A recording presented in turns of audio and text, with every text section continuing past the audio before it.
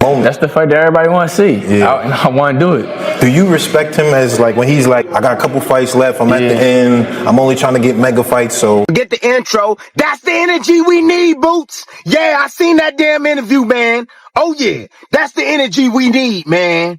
Damn, that's what I've been waiting on that, man. You tell me the fights that you want to see Terence Crawford in more than Jaron Boots Ennis. Yeah. I'll wait, because that could be one of the greatest fights of all time. And I believe we've got the guy to beat the man. And he is the man right now. And we respect that. Yeah. And if he wants a real challenge, get ready, because Boots is coming. Jaron Boots Ennis has finally called out Terence Crawford live on TV after his dominant victory over WBA champ Rashidi Ellis. Meanwhile, Danny Garcia believes a showdown between Crawford and Ennis would be huge. The perfect clash between a rising young star and a proven legend of the sport. That'll be a great fight. You know, the young hungry lion versus the legend. That would be a hell of a fight. Maybe 160. If it's a vacant title at 160, I think that they can make that happen for sure. I think it just has to make sense for both parties. You know what I mean? Yeah, I think if there's a vacant belt, Crawford's going to want to be 6th division champion. And then he'll make Ennis move up to 160. I think they could do it at 160. Sean Porter also weighed in, saying that a fight between Terence Crawford and Jaron Ennis makes perfect sense and would deliver an exciting clash of two very different fighting styles. Fight that makes a whole lot of sense, and a fight that stylistically will be, oh my goodness, is a fight between Terence Crawford and Jaron Boots Ennis. Ooh, I think that's going backwards for Terence. To that point, Jaron doesn't have the kind of accolades. He doesn't sell to the mass and all these. So this fight was perfect timing for both these guys. However, Crawford's trainer doesn't see it that way. He brushed off the idea of facing Jaron Ennis, saying Ennis doesn't offer anything new and only brings the same challenges they've already overcome in the past. No, he don't bring nothing to the table. He got our leftovers. Why would Bud want to go backwards? Why would we want to go backwards? Bud looking for bigger and better fights, so where he can etch his name in the concrete forever. I don't know, because I really don't look at none of the welterweights since we did clear the division out. Shakur Stevenson also had high praise for Jaron Ennis, calling him a truly gifted fighter with serious talent. He said both Ennis and Terence Crawford are exceptional in their own ways, adding that he's known Ennis for years and genuinely believes he's the real deal. Hell yeah, I think Boots is a hell of a fighter. I don't know about the natural sensation, whatever that is to Terence Crawford. I think Boots is his own fighter, Terence is his own fighter, but I think they both hell of a fighters. I've been around Boots for years, and However, Ennis made it clear that the Crawford fight is what the fans really want to see.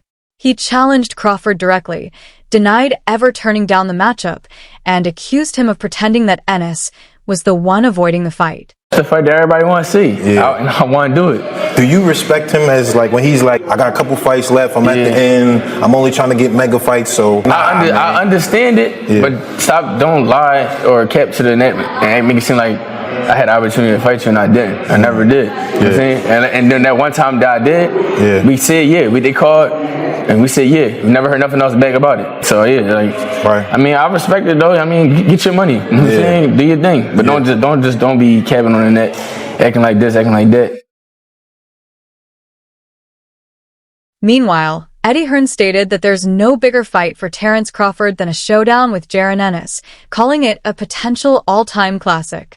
He acknowledged Crawford as the top man in boxing right now, but warned that if he's looking for a real challenge, Boots Ennis is coming for him. You tell me the fights that you want to see Terence Crawford in more than Jaron Boots Ennis. Yeah. I'll wait, because that could be one of the greatest fights of all time. And I believe we've got the guy to beat the man.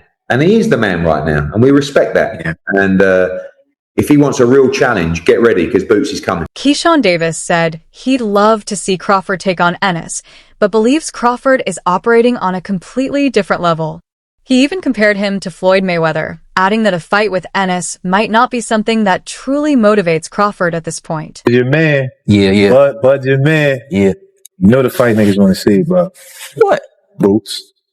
No niggas want to see Boots, bro. Bro, Terence different, bro. I just know that man is different. That's what I'm saying. I never been in the ring with Boots. Yeah. And I'm not saying Boots ain't different or, you know, not good at all. I think it would be a good fight. But I just think, you know, Terence, just like he said, man, he been battle tested before. Terence been through all the ups and downs in the ring. He's the Floyd Mayweather of this generation. Just the magnitude of this fight, maybe Terence is just not motivated enough. Ben Davison pointed out that Ennis and Crawford have very different styles, aside from both being able to switch stances.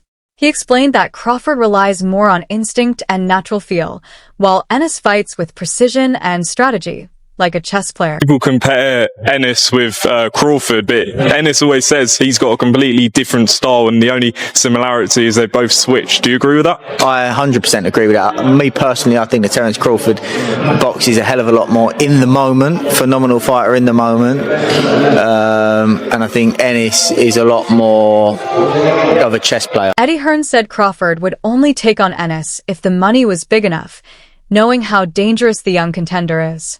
He added that Ennis still needs to prove himself a bit more, but predicted that fans will soon be calling loudly for the fight to happen. Terence is only going to fight Boots if there's loads of money on the line, because he knows how good Ennis is, and he's not going to fight anymore unless it's for a lot of money.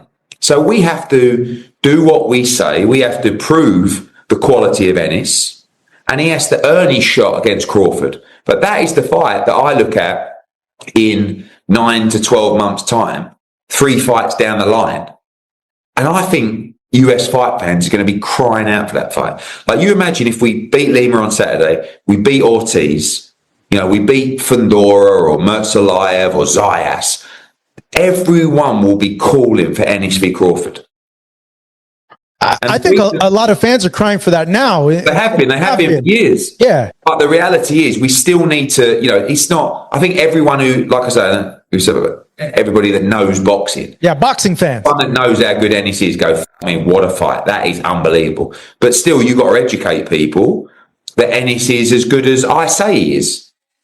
Right? And you do that by beating the champion. So we've got work to do. Another possible opponent being talked about is David Benavidez. However, Terence Crawford spoke highly of Benavidez, calling him a great fighter, but pointed out that he's naturally much bigger, probably closer to 175 pounds, and fans need to be realistic about the size difference between them. If you were at 168, when we think about anybody at 168 outside of Canelo, the first name that comes to anybody's mind is David Benavidez. What about the potential for a fight like that? Oh, like I said, man, that's a big dude. You know what I mean? He ain't even at 168. You know, when you look. Right, not now. It's at 175, yeah. He probably can't even make 168 no more. When you look at these fights, you know, especially coming up, you gotta be realistic. You gotta, you know, say, all right, you know, how big is this dude really is? Because David Benavidez, he can fight his ass off. You know, me personally, I believe in my skills and my ability that I can be. On the other hand, Jose Benavidez Sr. rejected the idea that David is too big to fight Crawford, saying his son can still make 168 pounds with proper discipline. He emphasized that Team Benavidez fears no one and that David is focused, strong, and ready to face any opponent, including Crawford. That would be even an embarrassment to me to say, you know, David's too big for Crawford. Now who said that? Plus, you've seen Bo Mack also. They're not interested in David, you know. Can he still make 168? You seen him now training at second fight at 175? Yeah, I think he's super young still. I think definitely, I don't think, it would be a little bit hard, but I think he could definitely do 168. We didn't move to 175 because of the weight. We moved because of the opportunities. And, he only fought 2 fights at 175. After, Anthony Yard, he'll be in shape, and he has to work and watch his, food and nutrition a little bit more. But, you know, I think he could do 168, but like I could be wrong, you know. But at the end of the day, you know,